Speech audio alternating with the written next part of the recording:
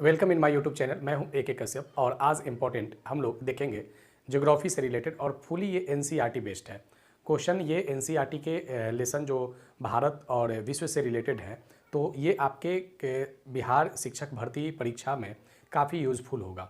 आप वीडियो को लास्ट तक ज़रूर देखिए और सब्सक्राइब करना बिल्कुल ना भूलें। सब्सक्राइब करके आप बेल आइकन को ज़रूर दबा दीजिए। वीडियो को लाइक ज़रूर करें, वीडियो को शेयर करें। तो चलते हैं हम आज पहले क्वेश्चन की ओर कि भारत में कर्क रेखा कितने राज्यों से गुजरता है। 5 राज्य, 6 राज्य, 7 राज्य और 8 राज्य। इसका सही आंसर होगा ऑप्शन नंबर डी, 8 राज्य। पिछले वीडियो में हम लोगों ने कर्क रेखा मकर रेखा को देखा था, लेकिन फिर से जरा हम इसमें एक हल्का पिक्चर बना देते हैं। 0 डिग्री को इक्वेटर कहते हैं और 23.5 डिग्री उत्तरी गोलार्ध में कर्क रेखा कहते हैं। और 23.5 डिग्री उत्तरी गोलार्ध की यह कर्क रेखा भारत के 8 राज्यों से गुजरती है। गुजरात, राजस्थान, मध्य प्रदेश, छत्तीसगढ़, पश्चिम झारखंड और पश्चिम बंगाल। लेकिन जो दो पूर्वी भागों का राज्य है, इसके नाम याद करना थोड़ा डिफिकल्ट होता है, तो इसके लिए मित्र याद रखिए। मी से आपका हो जाएगा मिजोरम और त्र से हो जाएगा त्रिपुरा। मित्र याद रखिएगा, पहले त्रिपुरा उसके बाद मिजोरम।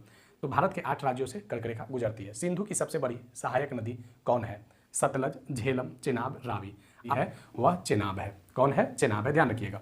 पाक जल संधि किस देश को अलग करता है? भारत पाकिस्तान, भारत श्रीलंका, भारत नेपाल, भारत भूटान।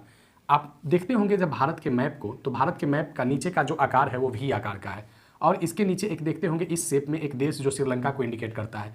लेकिन यहाँ पे क्या है कि एक संकीर्ण रास्ता है जो जल मार्ग कहलाता है, क्योंकि यहाँ पे कौन सा सागर है? हमारा बे ऑफ बंगाल और अरब सागर का भाग है।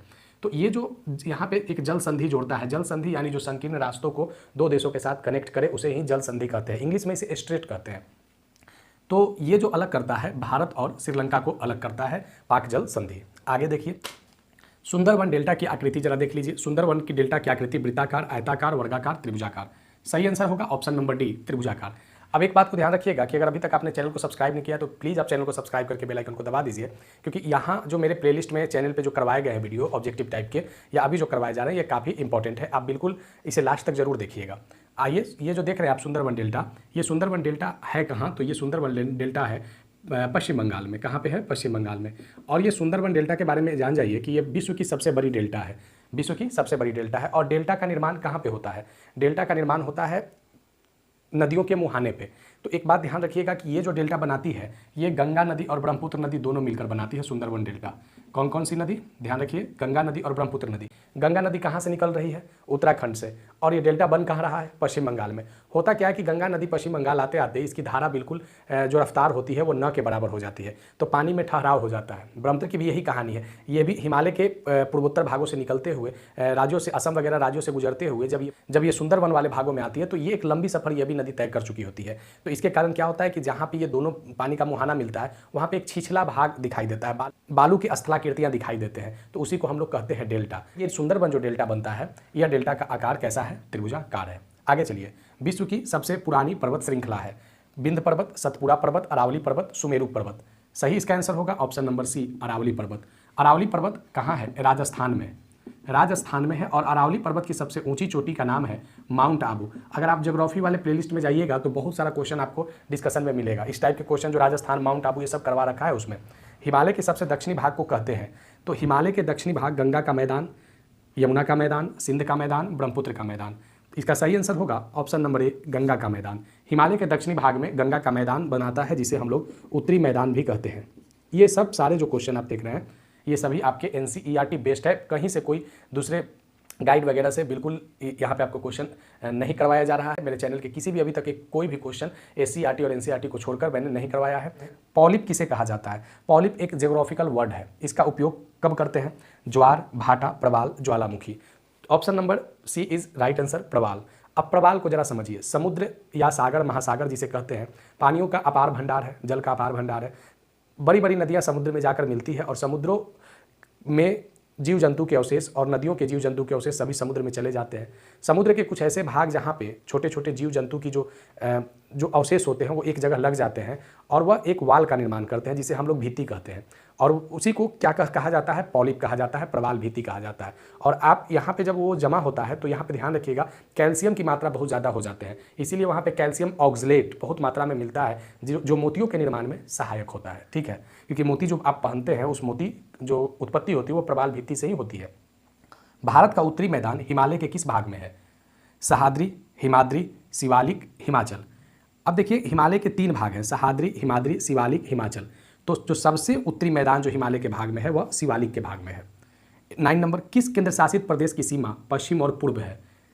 लद्दाख, अंडमान, लक्षद्वीप, पांडिचेरी। तो इसका सही आंसर होगा पौंडीचेरी, जिसे हम अब पुडुचेरी भी कहते हैं।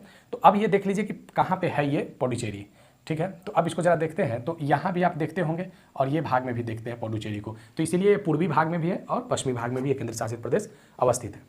10 नंबर, भारत के 2 राज्यों के बीच कौन सा देश अवस्थित है? नेपाल, भूटान, बांग्लादेश, पाकिस्तान। सही आंसर इसका होगा बांग्लादेश। इस चीज़ को कैसे हम क्लियर करेंगे कि बांग्लादेश ही अवस्थित है? कर्क रेखा भारत के कितने राज्यों से गुजर रही थी? 8 राज्यों से।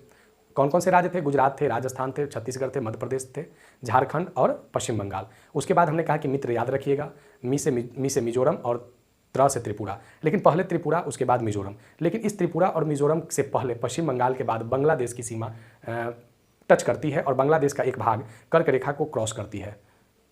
बांग्लादेश के एक भाग को कर्क रेखा क्रॉस करती है और उसके बाद ये कहाँ जाती है?